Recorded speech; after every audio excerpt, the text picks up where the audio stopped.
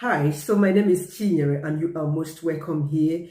I've done a video on the types of accommodation in the UK, types of houses, different kinds of houses you could get in the UK. I've also talked about house hunting, and things to look out for when renting a house. In this very content today, I shall be talking about, how important it is for you to consider certain things, especially in your tenancy agreement, how vital it is for you to read your tenancy agreement, digest it, understand what you are signing before ever you put your signature on it.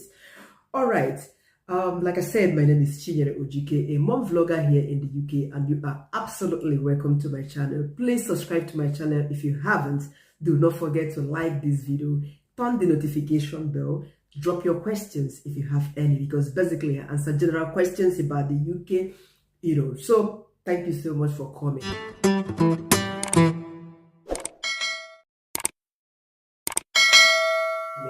So basically, before signing a tenancy agreement in the UK, be you a student or someone who just arrived to UK with COS certificate of sponsorship under the Tier 2 visa to work, or you are moving in here with your family, ignorance, they said, is not an excuse. And in this very part of the world, they go to court the same way we Africans go to church in our countries.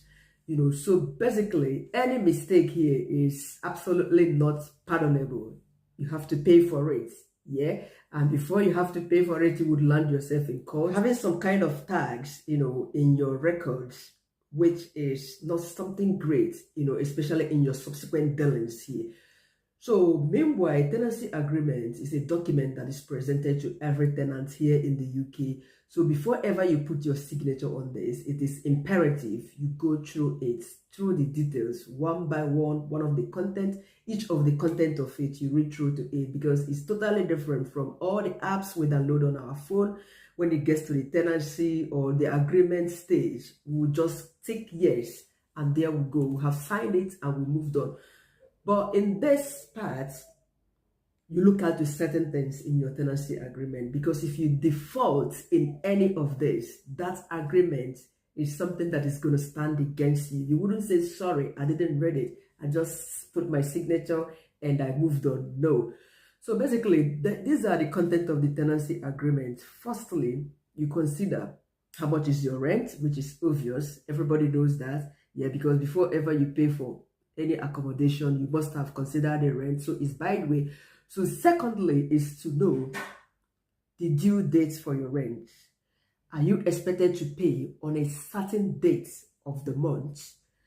Assuming, are you expected to pay, for instance, 5th of every month, 1st of every month? And are you setting up a direct debit for it, or are you paying cash at hand to your house owner? Basically, we will pay through direct debit.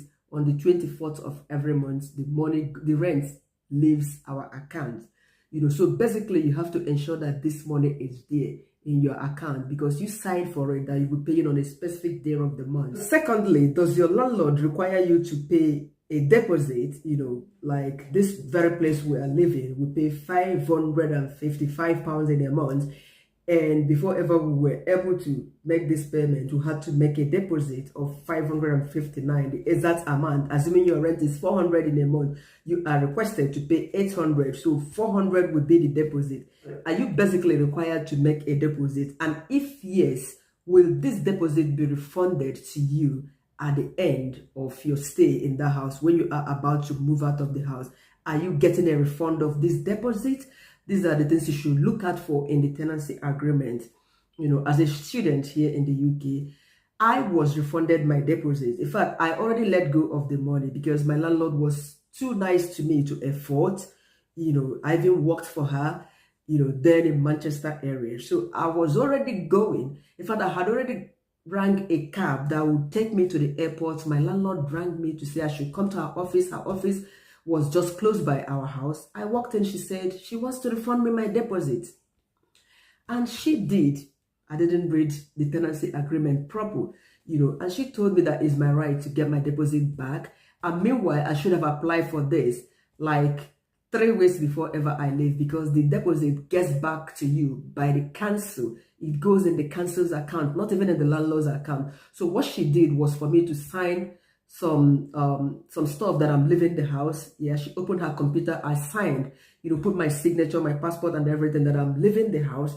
So she would claim the money on my behalf. So out of her pocket, she refunded me £250. That's a lot of money. Those years, pound was 250 and currently pound is 800 plus per one. So she refunded. I was so happy because I was already leaving. Honestly, I told the taxi driver what happened. She said, you are lucky. Your landlady is a nice person to have reminded you. So this is why you should read if you are getting a refund of your deposit at the expiration of your tenancy agreement or your rent when you are about to move. Ask for it if it is written in the tenancy agreement that you will get a refund. And then how about default penalty? If there is any penalty, especially when you are not able to pay your rent at the specific day of the month that you are expected to pay. For instance, you are meant to pay on the 5th of every month or 1st of every month. Unfortunately, you were not able to make that payment, or the money, you didn't have enough money in your balance, in your bank account. Are you going to be, penalized for not paying? Some tenancy agreement, it is specified, assuming that you didn't meet up to pay, you are going to be fined to pay like £50 on top when paying the money completely. So these are something you have to check out for, and if it is written and specified, and then you make sure that you have the amount available in your account before the due payment date, especially when you set up a direct debit. Though sometimes bank, they do pay your your debt for you, and once you put in money in your account, the money disappears. So this is how it happens in most cases, but find out, it is imperative you do. All right, so how about repairs in the house? Because wear and tears are something that are inevitable in an accommodation as this, because constantly you have something to maintain, something would go bad, you need to fix it. Is it specified in the tenancy agreement that the landlord takes responsibility, or you do repair anything that goes bad? Though there are certain things you could do, you wouldn't be calling your landlord, something like changing the electricity bulb and all them stuff. You don't need to call your landlord. But here in our own tenancy agreement, it is also written that whenever any major things damages in the house, we should call on the landlord to come fix it. Just like recently, our washing machine got bad, we have to ring the landlord. They sent their handyman or repairman to come and check. The man assessed it and reached back to our landlord, that's the estate managers in charge of this house.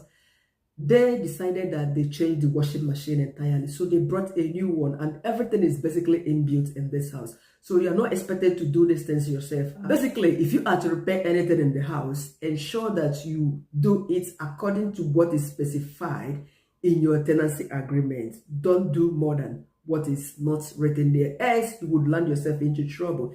And if they take you to court, they're gonna win you, because they would come with the tenancy agreement and all the contents of it that you were expected to read and have them on your fingertips, but you failed to do so. So you're gonna be penalized right at the courts. Next thing you have to check out for is the policies in your tenancy agreement. Policies such as, are pets allowed? Are you allowed to keep dogs, cats, monkeys, whales and chimpanzees? Are you allowed to keep things like that? Are you allowed to smoke in the house?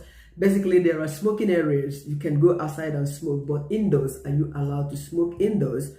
Sometimes when you smoke indoors, the smoking alarm could just go on and alert everybody on the street.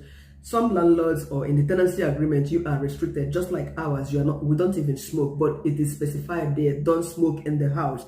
And another thing, how about subletting? Are you allowed to sublet your house to bring in people and start collecting money from them?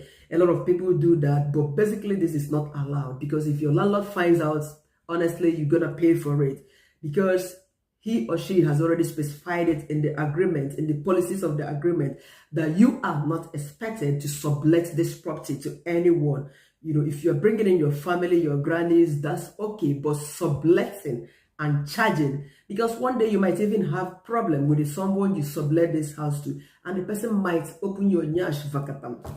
The person might escalate everything, so you never can tell. Do not do things that are restricted. Now, how about the parking space? Assuming you move into a house where there is no parking space for you, you have to find out, and if your tenancy agreement does not specify anything about that, ask your landlord, your landlady about the parking space. There was one of the houses we were supposed to rent before now. No parking space in that house. And when we asked, they were like, there is a general one for the community around behind.